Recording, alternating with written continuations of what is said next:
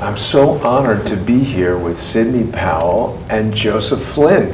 Thank you for joining me. We're happy to be here. I'm honored to be here with Sidney Powell. Absolutely. I was saying I'm here because I'm kind of starstruck. So. Well, this could be our future Attorney General. If we're lucky. A lot of people are hoping that President Trump will appoint Sidney to that now open position. Sidney, you just gave a speech upstairs where someone asked what you thought about Matthew Whitaker, what he would do. Isn't it true that the acting Attorney General, he's probably just going to be there for a little while? Well, he might, although President Trump could name him Attorney General. Well, that would be interesting. Yes, I mean, he looks to me like he's extremely well qualified. He's probably been doing the job behind the scenes for the most part anyway, to the extent he's been allowed to. Right, because we've had basically an absentee in Jeff Sessions. Correct. There's never been an Attorney General who's done less. Now, I know, Joe, you can't speak too much about your brother, General Michael Flynn's case, other than a general sense, but we've been speaking quite a lot about lawfare. It's become a real topic of interest on Crowdsource the Truth, and Sidney's book, That's one of our expertise, yeah. License to Lie, is all about the corruption within the DOJ. Now, Comey and McCabe have both said that despite being charged with 18 USC 1001, the false statement catch-all, that actually General Flynn didn't even lie. So, Sidney, how does he land himself in the position that he's in if there's not even a charge there? Oh, that's a really good question, and one that has upset me greatly. In fact, I wrote an article for the Daily Caller suggesting that General Flynn withdraw his guilty plea because Judge Emmett Sullivan, who was assigned to the case after Judge Contreras was mysteriously recused from it as a government misconduct expert. And I think because the entire Mueller investigation is predicated on an abject lie, that the entire proceeding against General Flynn from the get-go should be dismissed for egregious government misconduct, and no charges should ever be able to be brought against him at all. So I have, publicly encouraged him to withdraw his guilty plea in that article. Now, of course, Mueller is so hell-bent on prosecuting him that the risk would be that Mueller comes after him hammer and tong and indicts him and any member of his family he could possibly bring any conceivable charge against. So there's that risk. But I think the jig is up on Mueller. I've got an article on that too, literally by that title, because the president can declassify a large number of documents, and I listed those in the article by that title, Mueller's Jig is Up. Where can people read that article? The Daily Caller or my website, SidneyPowell.com. I've got them all linked there. And SidneyPowell. Yes, .com. Exactly. So get my spelling straight. Yes. But it seems like this gross government misconduct is the standard practice. It's all they do is gross misconduct. Steve Stockman goes against, what was the situation there? He spoke out. Congressman Steve Stockman was the lone voice in Congress trying to have Lois Lerner held accountable. Lois Lerner, the head of the IRS. The head of the IRS, for whom IRS destroyed her BlackBerry even after it was subpoenaed by Congress. They deliberately destroyed her BlackBerry and then tried to bamboozle Judge Sullivan into thinking they had preserved it. They filed 2 affidavits, falsely, very misleading, trying to make him believe that that hadn't happened, but it had. So trying to fool Emmett Sullivan. Yes, wow. yes. Wow. So I had a news-breaking article on that got a Drudge pickup and went viral. Yes. And Emmett Sullivan is no fool. No, he's not. In fact, he's the one that threw out Ted Stevens' conviction that's detailed in my book, License to Lie, and appointed a special prosecutor to investigate the Department of Justice. He issued a report, 500 pages, finding intentional government misconduct pervasive throughout the department, especially the now ironically named Public Integrity section of the department. So tell me something, Sidney. Did anyone ever get, on the Justice Department side, ever get prosecuted for that misconduct? Oh, Lord, no. Not only were they not prosecuted, they were promoted. I mean, Andrew Weissman, who's the lead villain in License to Lie, and by the way, the book came out in 2014. This wasn't written to help President Trump at all, but Andrew Weissman is now on Mueller's hit squad and is probably behind the prosecution of General Flynn and certainly behind the prosecution of Paul Manafort. As soon as I knew that Manafort's door had been opened at 4 o'clock in the morning and his wife had been searched in her bed, I knew that was one of Mr. Weissman's prosecutorial terrorist tactics, which he is infamous for. And that's a great term that you coined, prosecutorial terrorism. Yes. Definitely the Flynn family has been subjected to this, and I know, Joe, you can't talk about details of the case. We all want to make sure. I can't comment on it, yeah. No, but can you comment on the effect it's had on your family? Sure, that's easy enough. Let's I mean, talk any about family that. that goes through something like this goes through a lot of anguish, obviously. It's, first of all, it's financial anguish, because when you're a single individual fighting against an army of prosecutors, in this case, it's not just one district court prosecutor, it's an entire special counsel, and don't forget, also, you're being brought up again in front of congressional committees and senatorial committees. All that requires that you have legal counsel. Yeah. And so the financial burden is tremendous. This has been going on almost 2 years. Well, and that's the thing also, I think, with this case, it is curious, Sidney, and I'd love your opinion on that, why they're taking so long with this. Look, he pled guilty prior to all this information coming out. And we're still almost 2 years into this. I mean, why does it take so long? I'm always curious about that kind of thing. But the effect is pretty significant, to the point where we went to General Flynn summer of 2017 when right after the special counsel was named, and said, Mike, we got to create a legal defense fund. You're going to run out of money here really quickly. And he was very hesitant at first, because he didn't want. He's a proud man. Well, he didn't want the publicity. He's a 33-year military officer. Doesn't want to have his hand out. But we saw the bills mounting, and we knew that there was no way he was going to be able to cover this. It would take a lifetime. Got to be millions of dollars. It's a huge number. It's a huge number. Yeah. And so we opened the legal defense fund, and we did it quietly. We didn't go out on Twitter with GoFundMe. I'm talking when we first did it. And then as things wore on, and they've worn on for quite a long time, we became more vocal. We as a family, particularly myself and my sister Barbara, who Barbara administers the fund. I kind of speak on behalf of the fund. Became more vocal about it, saying, hey, people, there is a fund for General Flynn. It's out there. But yeah, I mean, it's anxiety. You don't know what's going to happen. We don't know what the outcome is going to be. You listen to experts like Sidney and others, and maybe you wish things had been done a little bit differently, but this is the fate that we're dealing with. It has definitely united us as a family, as these things do. Mike has 8 siblings and 19 nephews and nieces. Wow. Yeah, we're quite a tribe, and we're backing him and Lori, and he's got a great wife. He's been married to his high school sweetheart. They've been married 35 years. Oh, that's beautiful. This is a guy from a great family with a lot of integrity, and the last thing on earth he expected was something like this to happen. Of course. You don't prepare for it mentally, spiritually, or financially, and here we are, less than about a little bit over a month from the sentencing date.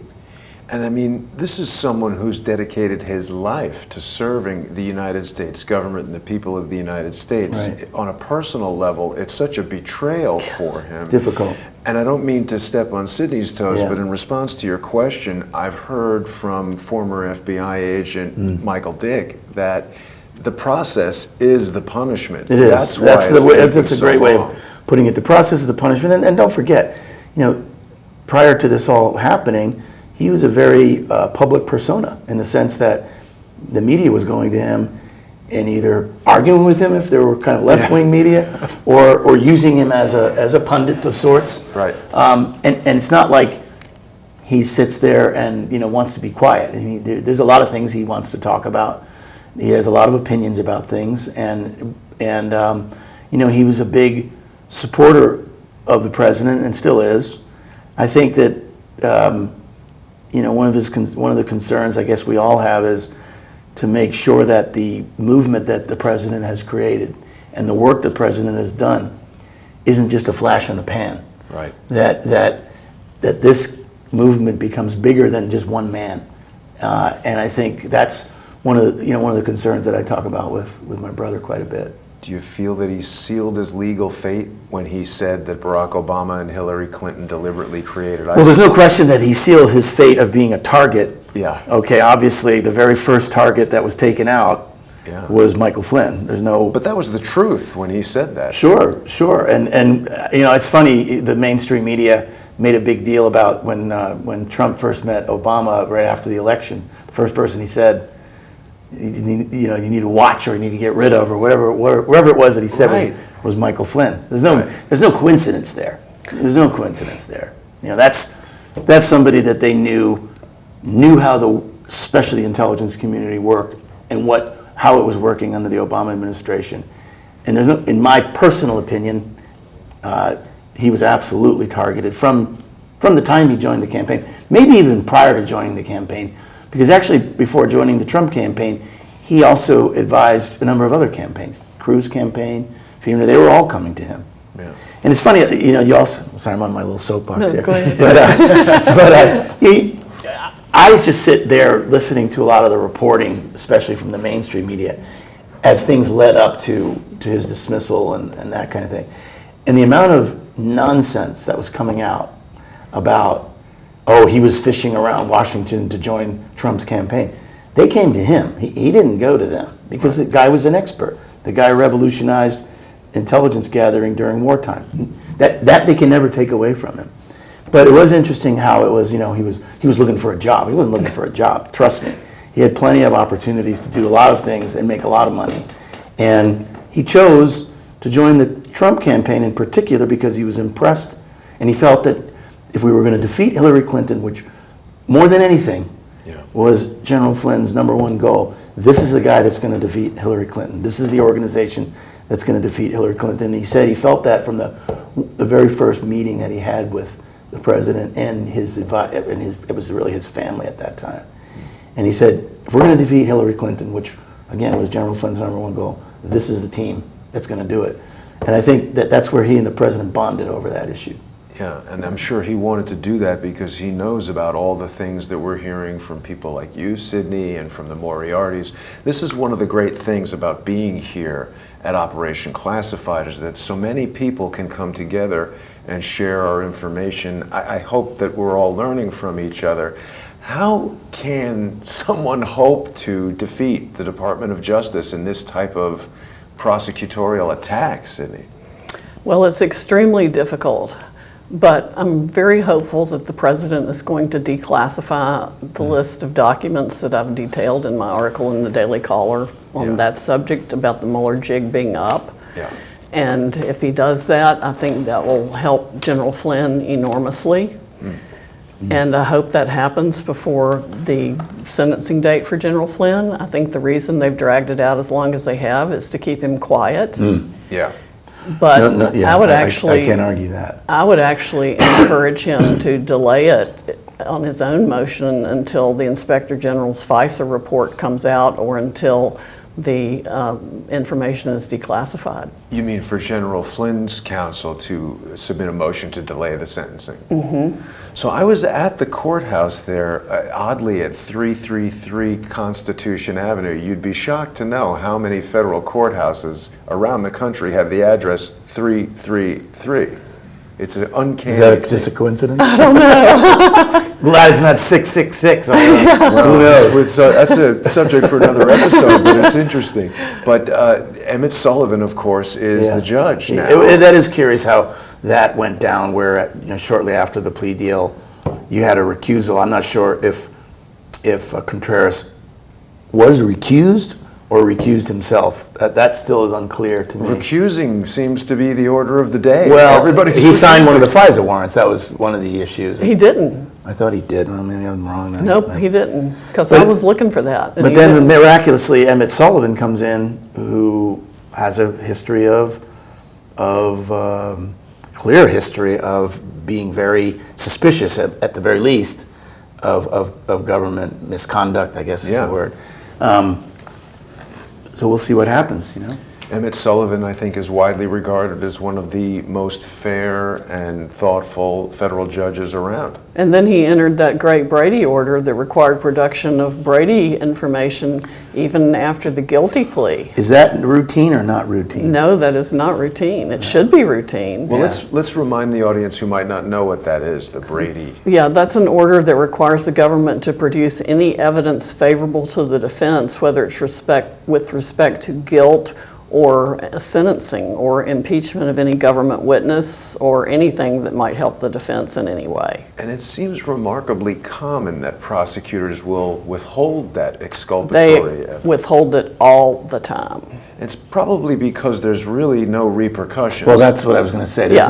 There's no accountability there. They No, can- there's none. And the defense doesn't know what the defense doesn't know. Right. That's exactly right. Yeah, That's so exactly see, this right. is why I like what we're doing here, Yeah. because we're not going to get this kind of conversation on CNN, No. on Fox, on Absolutely MSNBC. You're not going to get it like And that. people out there in the public, they have no idea how the law works. They have no idea what prosecutors are supposed to do. We hear the justice system is corrupt, but we really need to get down to these details to see where the seeds of this corruption are. And it would seem like this is one of the key matters. It's huge. What can we do to change that? And I'd like to ask a question too, Sidney.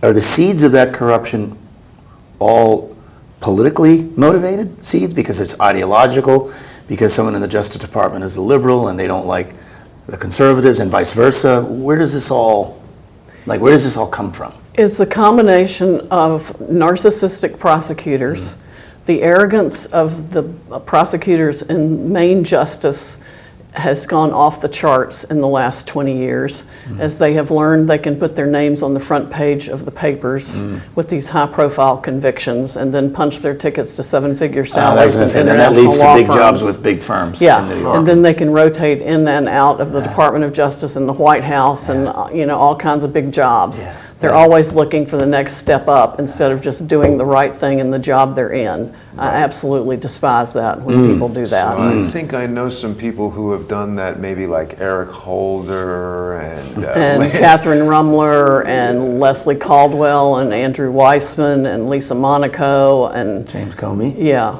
yeah, there seem Yeah. to be some key DC law firms that are complicit in this. Oh, it's incestuous. It's like legal RICO or something. It's literally the swamp. It is. It is literally the swamp. That's why I want the president, whoever he picks for attorney general, to get somebody who's not a politician, who is a real lawyer, and who is outside the swamp. Yeah, yeah. And that's the only way we're going to be able to clean it out. Yeah. Isn't it amazing, though, even with Whitaker, the general public didn't know him at all, didn't know he was the chief of staff. I didn't know him. No, okay, even those of us that are, that kind of are news junkies, and then all of a sudden, he's the worst person on planet Earth. Right. All of a sudden, he's on the board of these terrible companies, and he's this and he's that. It's like just the smear machine It's unbelievable. goes off the charts. The same thing happened to General Flynn. Yeah. Same exact thing. But the smear machine for General Flynn continues to last. I mean, it's a 3-year smear machine. When he was in uniform, oh, this guy's great, because he was in the Obama administration. Right. Then he goes and supports somebody other than the Obama-Clinton team, and it's a smear campaign. Brett Kavanaugh, same thing. Yeah. Yeah. I mean, you support Donald Trump, you're a racist, you're a misogynist, you're an anti-Semite. No matter what, no matter if you never, said a word of any of those things in your entire career. And that says one of two things. That says either they're losing, and this is the only way that That's all they've got. Yeah, this is the only way that they can, stop the Trump machine, or so to speak, or they're just pure evil and they just want to destroy the country. I can't sort of fathom it. That's all they've got. Can't reckon with it either way. Makes no sense. It came out in your speech just upstairs that, there's so many years of corruption. I mean, it would really seem like they had this decades-long plan for Hillary to sort of follow after Bill And this also speaks to the research, the incredible research that Charles Ortel has done, where the foundation, in any operation, whether it's a business, a political campaign, an intelligence operation, money's the fuel. So it's the Clinton Foundation and the billions of dollars that corrupt financial machine has churned up, the relationships, the whole pay-to-play thing. Yeah, I mean, I think too, Sidney, like if you look at the Obama years, 8 years of the Obama administration, and then what was going to be just sort of a follow-on with Hillary winning.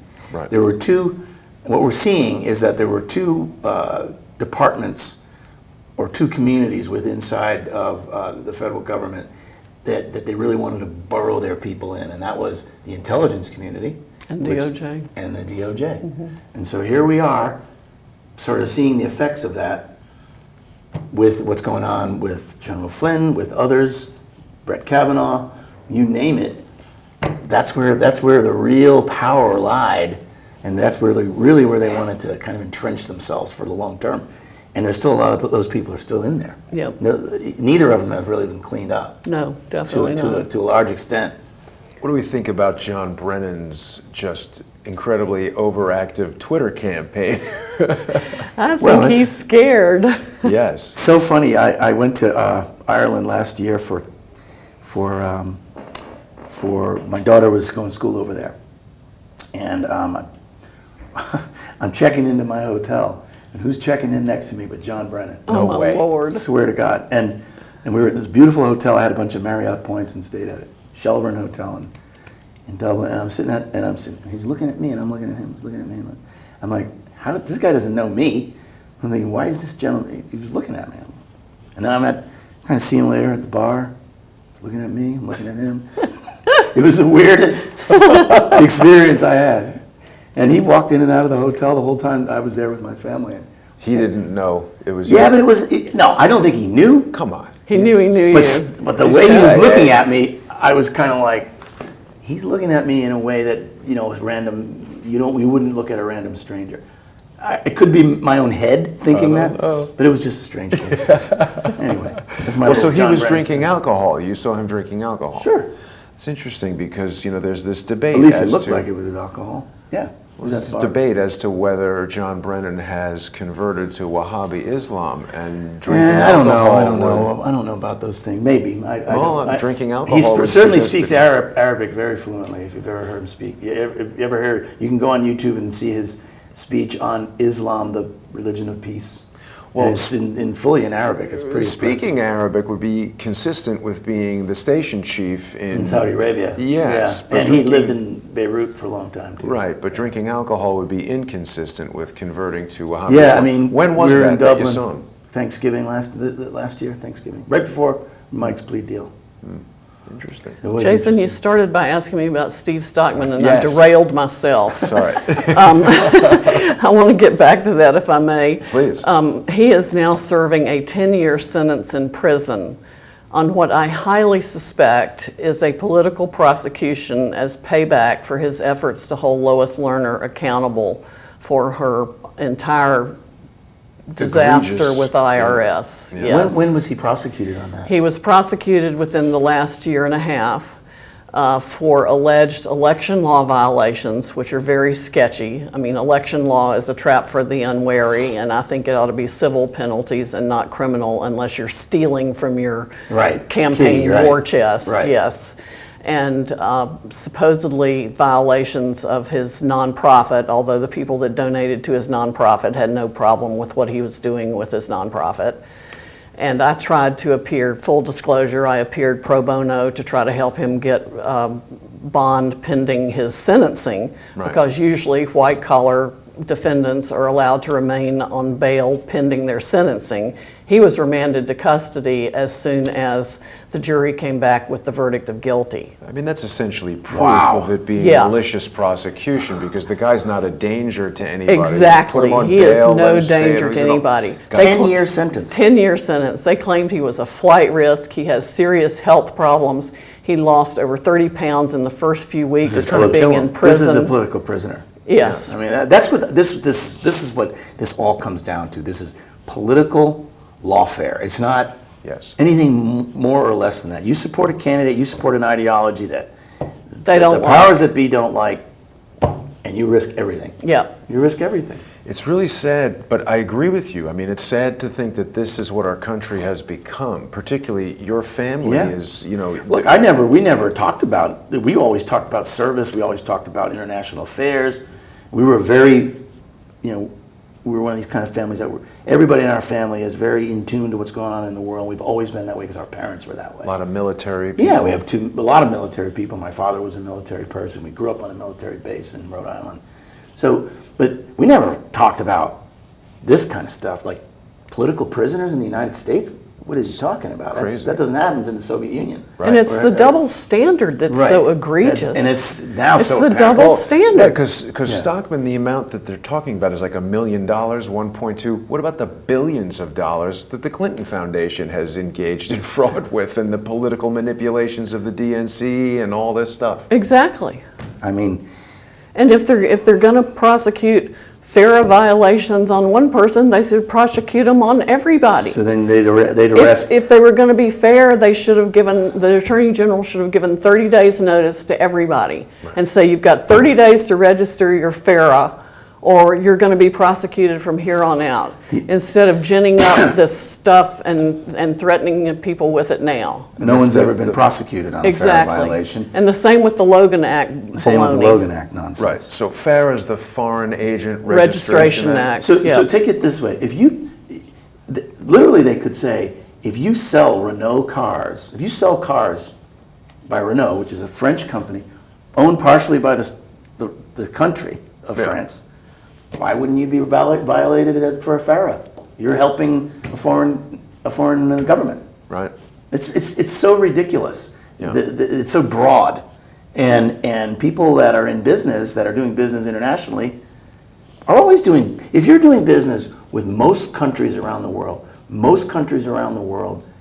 have state-owned companies, Yeah. or own a piece of whatever industries that they have, because they have to. The only way they can keep them alive is to have government money going into them in many cases, and half of Washington D.C. would go to jail. Right. Well, look at the Podestas. The Podesta companies are named in the same indictment with Manafort. Right. Where's the prosecution of the Podestas? Nothing, zero. They should have all been named in there. Right. It really is. There's stunning. no fairness whatsoever.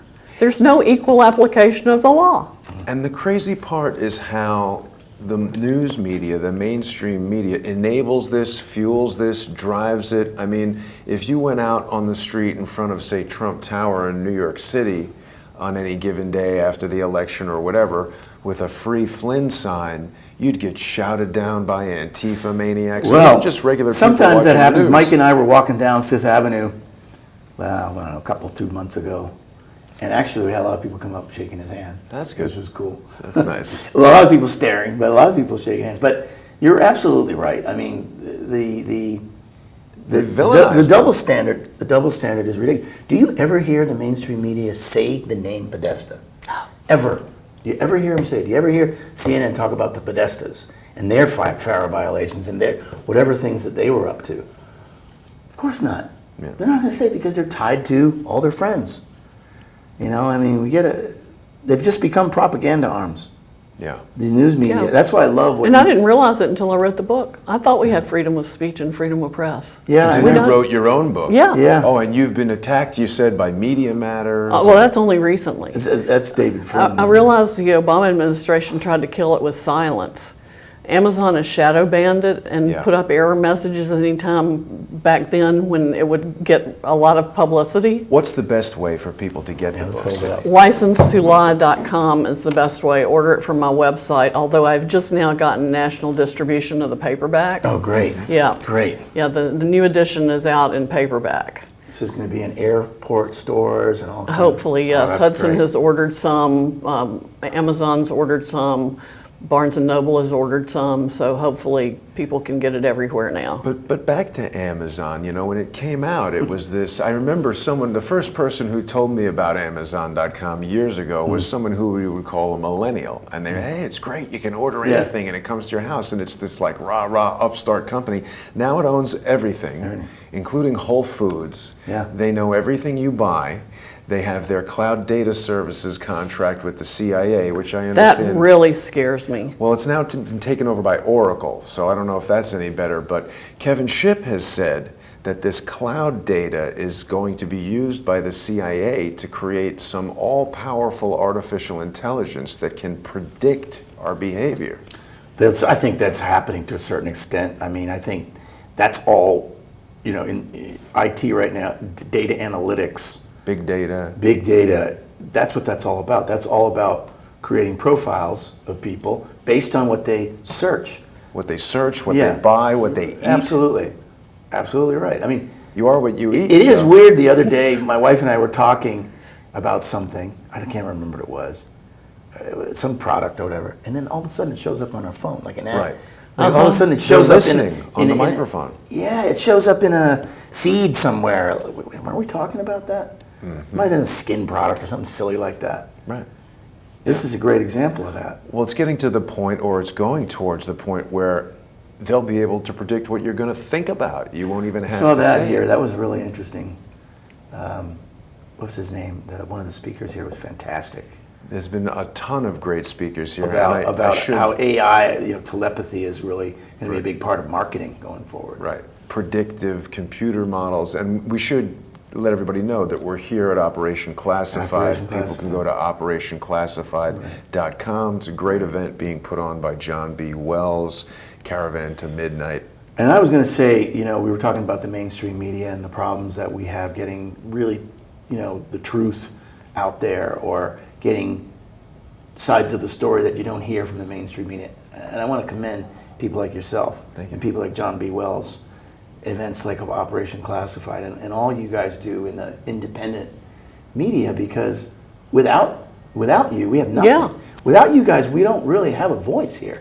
This information will not get out. I appreciate that. Yeah, Donna Fiducia and Don Newen, who couldn't be here, were one of the first people to have me on to talk about the book, because Cowboy none radio. of the not even Fox would have me on to begin with. Right. Nobody would touch it when it first came out. Nobody. We're really seeing this control network where, you've got the mainstream media, you've got the intelligence community, you've got the Department of Justice, and you've got what Zbigniew Brzezinski predicted in the 1970s as this technocratic, that's the Amazon, the Facebook, the Twitter. Now, you said you've lost thousands of Twitter followers.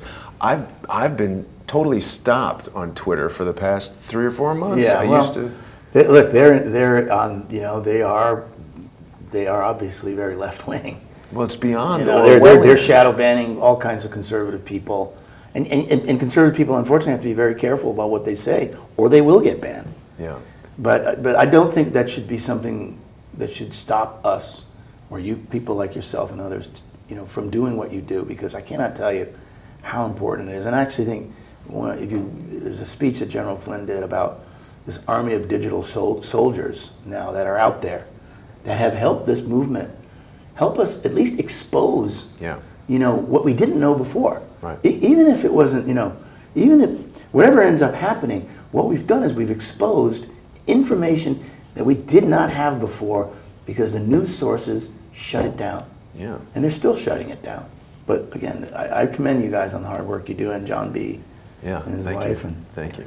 Anyway, yeah. Okay, so I know Sydney's on a very tight schedule, so we're going to wrap it up for now, but I really have to thank you both for joining me, and I look forward to future conversations. Let's let everybody know where they can go to contribute to the General Flynn Defense. They can go to MikeFlynnDefenseFund.org. It's pretty simple. And it's right there, pretty easy. PayPal.